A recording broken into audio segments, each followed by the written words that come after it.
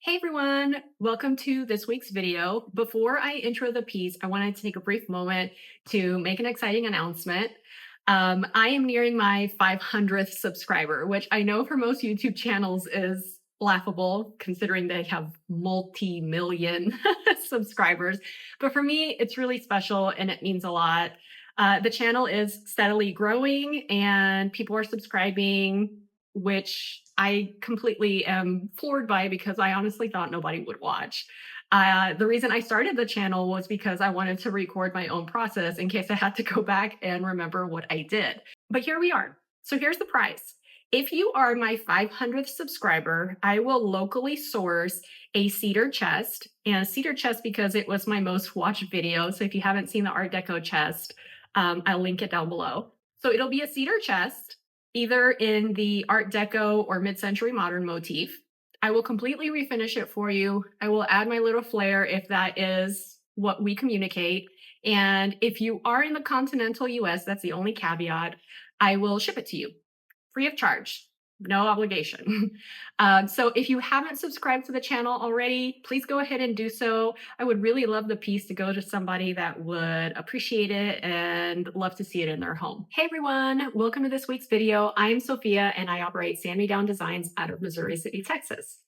So I'm very excited for this week's video because even though I have done a good mixture of furniture for YouTube, I have yet to do a mid-century modern piece. I always gravitate towards Art Deco, antiques, but no mid-century modern yet. So I was finally able to get my hands on a piece on my local Facebook marketplace that was in decent enough condition to actually bring back to life. In the Houston area market, mid-century is still really hot. I do feel like it's starting to wane a little bit, but for the moment, people are just grabbing them left and right.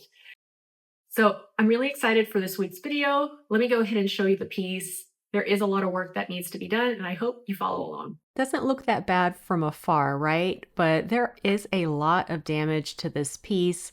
Several of the drawers have big gouges in them, which you'll see later in the video. The top has many scratches, including carving. At some point, it says, "I love Vicky," and there's Vicky. And then a little further to the right, you'll see another name carved in there. So this top has been through a lot.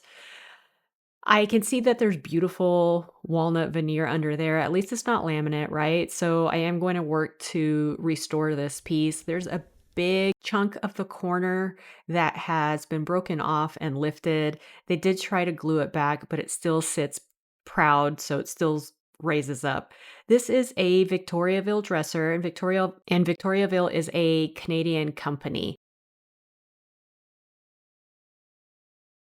This first drawer has the most damage. I don't even know what happened to it, but you can see the particle board has split. Particle board is very common in MCM furniture, and there were nails that were driven in the back to reattach it. The side panels have some veneer chips, nothing too major, thankfully, that can't be repaired.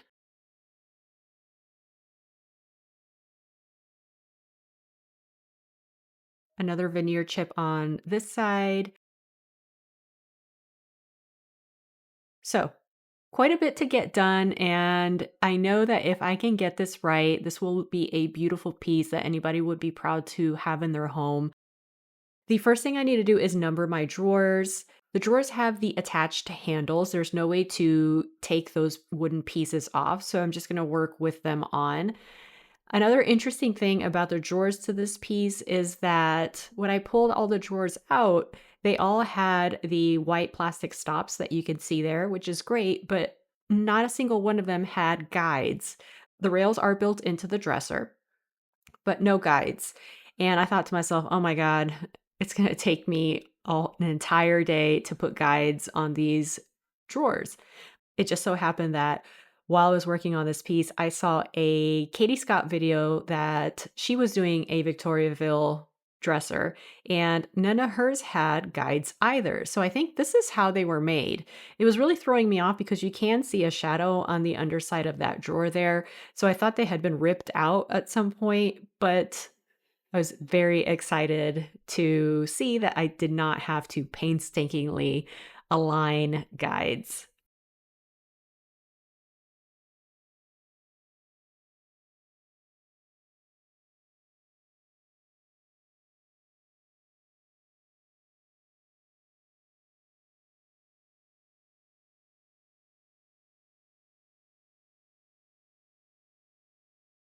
I don't know why I decided to go in the order I did. I did number them correctly, but you see, there's that one lowest middle drawer, and the rest of the dresser was absolutely clean. There was nothing in it.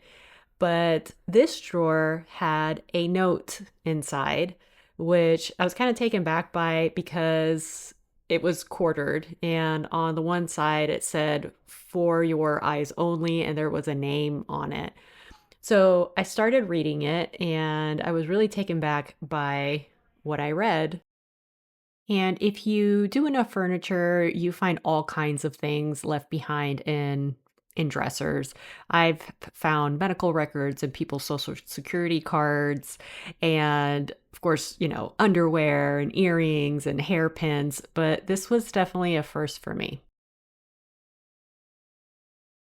So as I was cleaning out the drawers, I found a note, and sometimes these things take a really dark turn.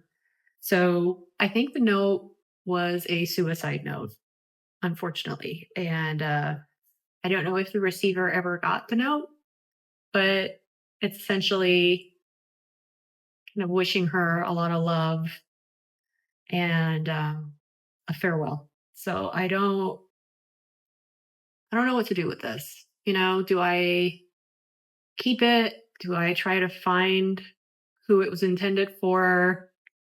Do I burn it? I think I'm going to burn it and maybe have a little ceremony and a little moment of peace for whoever wrote this. That was definitely a curveball for me. I could not get that note out of my head for several days after, and I kind of felt like I owed it to the person that had this dresser before to make it really special and just give it a clean start. I feel like there was a lot of heaviness to this dresser after that note. There were names in there, and anyway, so I put it off to the side and proceeded with the rest of the project. Next step was to clean the surface, even though I was going to strip it.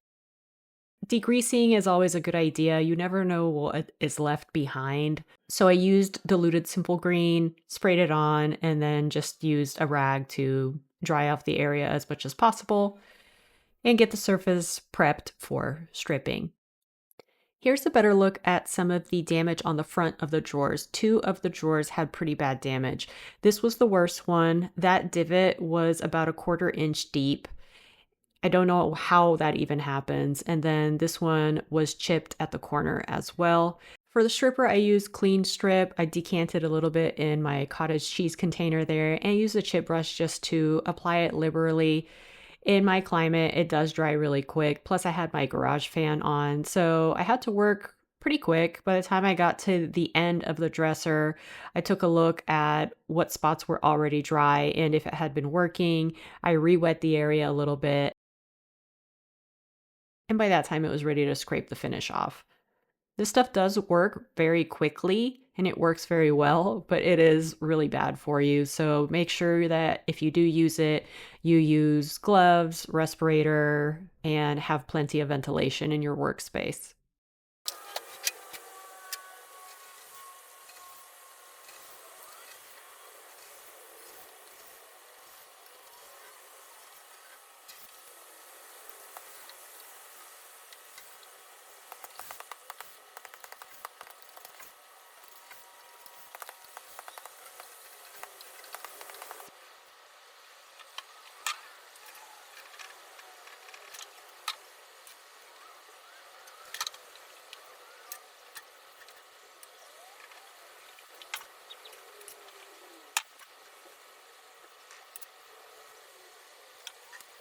After the stripper residue had been removed, I wanted to get the rest of the finish off. I was trying to get to bare wood or as close to bare wood as I possibly could.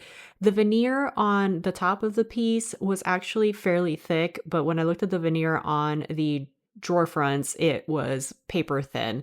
So I knew I had to be very, very careful. Plus, I already knew I had to do quite a bit of sanding on the drawer fronts to repair those gouges and that corner piece. And here I am using a little bit of lacquer thinner, a chip brush to apply it, and some triple aught steel wool to get off as much of that remaining finish as I possibly could. I did the same thing for the drawer fronts. I have a really bad habit of leaving the drawers for last. I don't know why I do that. But I did not want to procrastinate this time. I wanted to get the drawers stripped because I knew I had a lot of damage to repair and I didn't want time to get away from me. Here is another look at the three spots with the most damage. I have that cracked drawer front and those two large gouges, the largest of which is this one right here that actually has not only the corner chipped, but a piece of the substrate dug out. And then I need to also repair this corner chip. What I decided to use for all three of those repairs was Mohawk's epoxy putty in the color walnut. I used this for the first time in my last project, and I was really, really happy with how hard it dries and how quickly. So it's not as fast as Bondo, but Bondo can't be stained and it's really hard to blend in. This stuff, you just cut off as much as you need. It is a brown and white component, those are the two parts. You mash it together, try to get it one even color. It starts to get warm and the reaction starts. It doesn't harden as fast as Bondo either, so you have some open time to work with it, but it is a soft, pliable substance, almost like Play-Doh. So you just push it in there. And what I learned from my last project is you really don't want too much excess of this stuff. So try to get it as flat as you can get it. Try to mold the corner to roughly the shape that you want it to, because it is hard to sand this down. And since I know I have veneer surrounding my repairs, I didn't want to risk burning through the veneer while I was trying to sand the putty. So I try to get it as close as I possibly could. I cut off any excess and just went from there. Now for the fun repair. I first had to take these screws out. They weren't really holding anything in. They were really loose anyway. What I thought was extremely ironic with these nails is that they were actually rectangular nails, which is a very old style of nail. This isn't a modern nail, but this is a fairly modern piece of furniture, which I thought was really, really strange why somebody would go out of their way to drive in antique nails for this type of repair. I think maybe they were the shortest types of nails that they could find. Now, I do have to apologize. For some reason, my camera did not want to focus during this repair. I am going to just fast forward it. But essentially what I did was I pried the two pieces apart, glued using wood glue, put them back together as tightly as I possibly could, taped the area and clamped it overnight. I wanted to make sure that it was as tight a connection as I could get it. So there wasn't a lot of space that I needed to later fill in with the wood putty.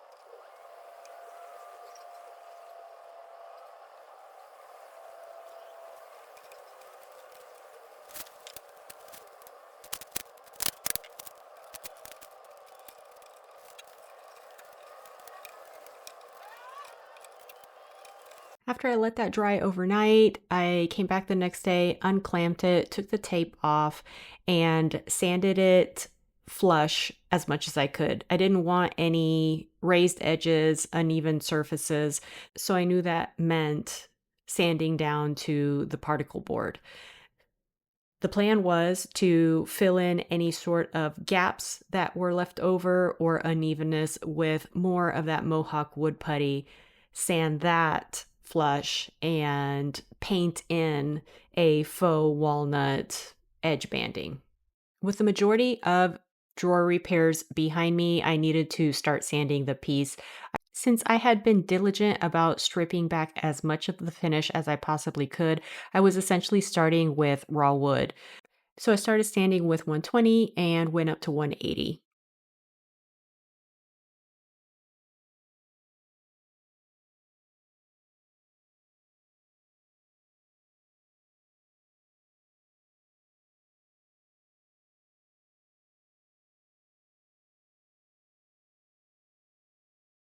Time to address the top. So this repair had been made inappropriately. Um, Obviously, the corner had been chipped off. Maybe it got caught on something, and the veneer and the substrate and some of the particle board had lifted. So they tried to glue it down as best they could, but you could see that it's still sitting up pretty high relative to the rest of the surface. So I needed to break it loose and try to re-glue it to where it'd be sitting a little more flush. And then I could camouflage any sort of crack with color matching.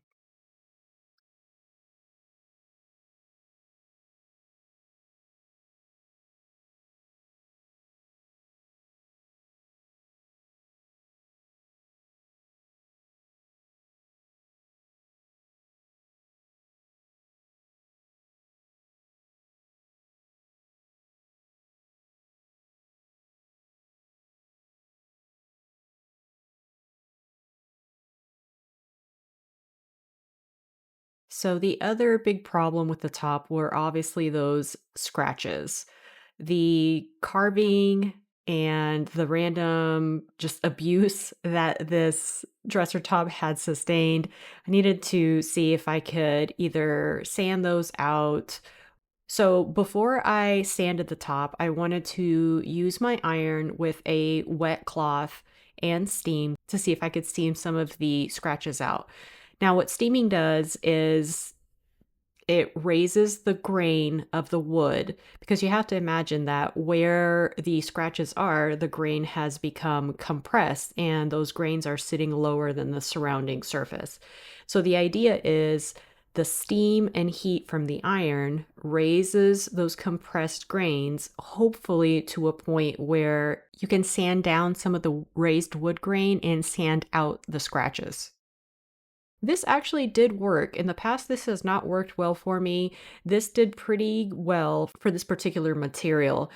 I still needed to go back and sand the scratches quite a bit, and then, of course, do an overall sand on the top with 120 grit and then a 180 grit. In the end, though, I am super pumped because I did manage to get all of those scratches out. In the end, the top looked phenomenal. You couldn't even tell that the scratches had ever been there.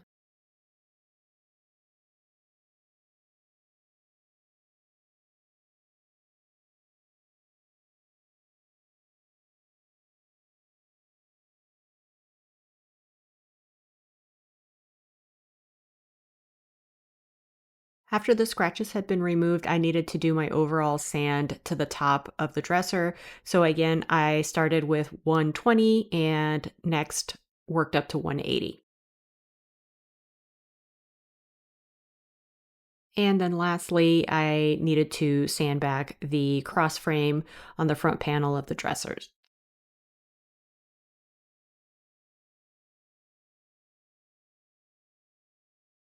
I almost forgot about the legs. So I unscrewed them and sanded those back as well to get them ready for stain.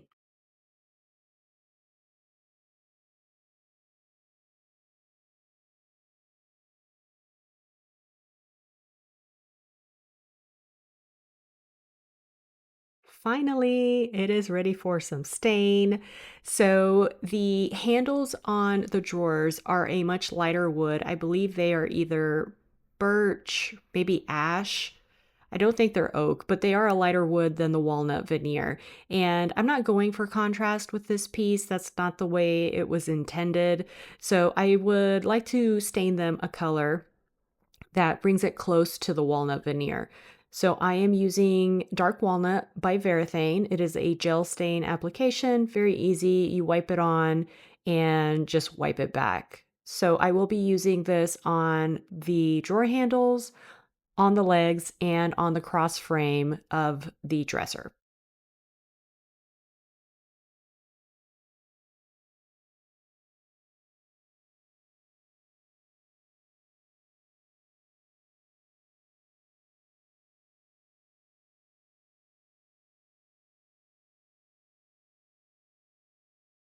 I've decided to finish the dresser with lacquer.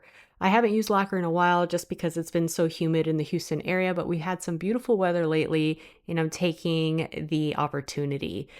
I love using lacquer. First thing that you need to do, however, is use a vinyl sealer to seal the wood. What the vinyl sealer does is it's basically like a clear primer. It also makes it a lot easier for any future refinishing to happen because the wood is protected, nothing has penetrated. It makes it easier for the next refinisher to strip the piece.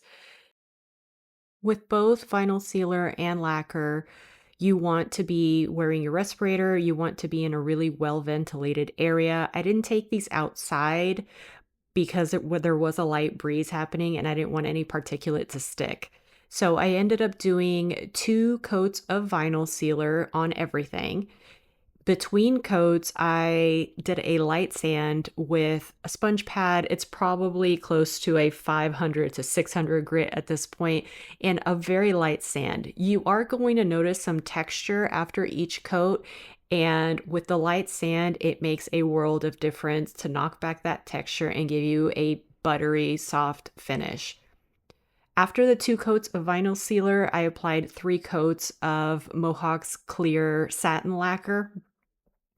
And I did the same thing. I sanded between each layer of lacquer. On the last coat, you are still going to notice a tiny bit of texture. So the best thing for that last coat is to take a paper bag from like a grocery store. I just tear off a little bit of that paper bag and do my light sand with the paper bag. Between your applications of vinyl sealer and your lacquer is when you want to do your paint corrections if you have any to do.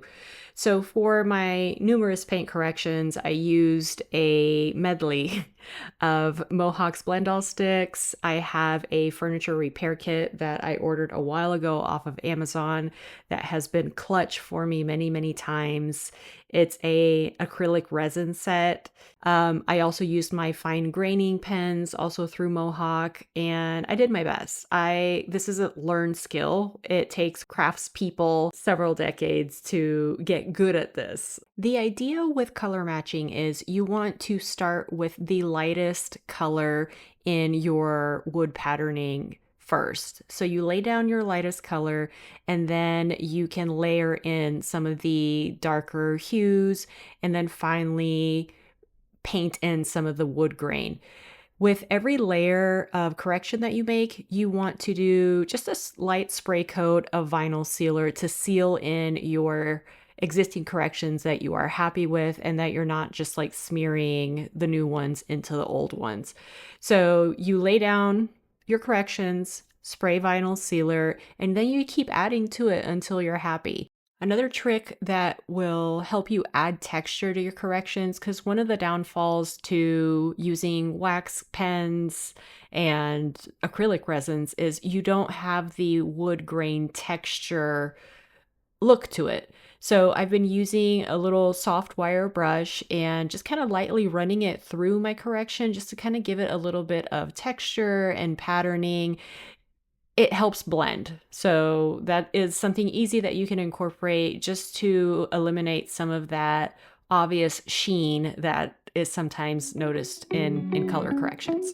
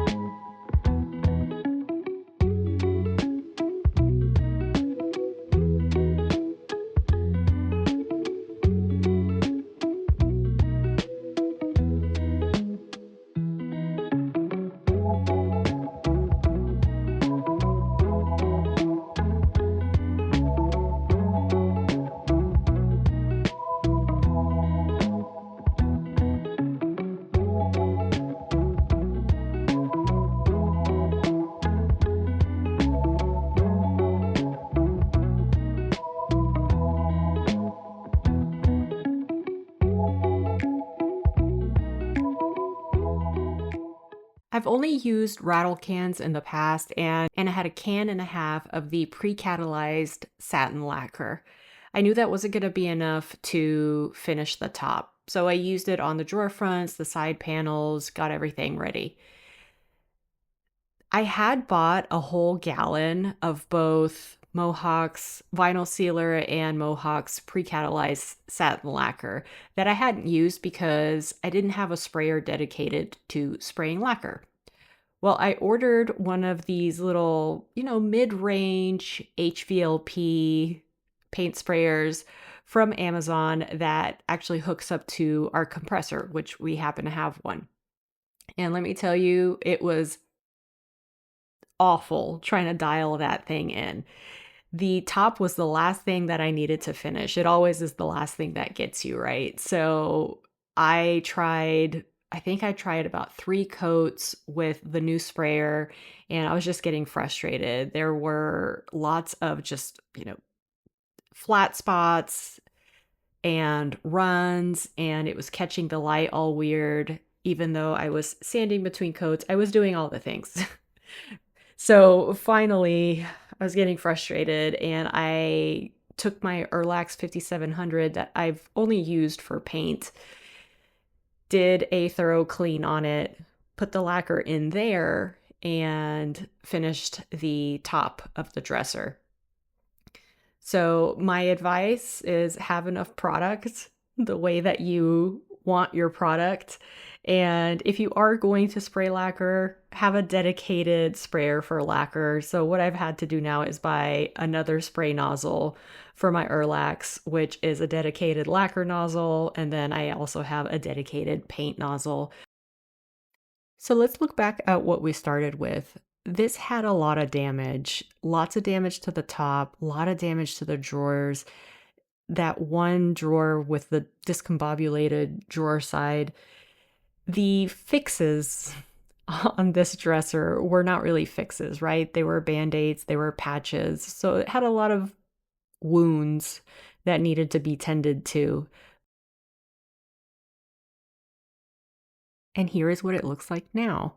So with a little patience, with a little creative thinking outside the box, this came out amazing. The scratches on the top all came out. The corrections on the drawer fronts are pretty well hidden, I think. The drawer side looks like it never happened. All of that hard work paid off, and I hope somebody really falls in love with this piece and takes it into their home because I feel like it's been through a lot and it deserves a quiet place to live out the rest of its days. But let me know what you guys think in the comments. Don't forget that we have that 500th subscribers prize coming up. Don't forget to subscribe if you haven't already. And thank you so much for following along. I really appreciate everyone being here. Thanks so much for watching, and I'll see you next time.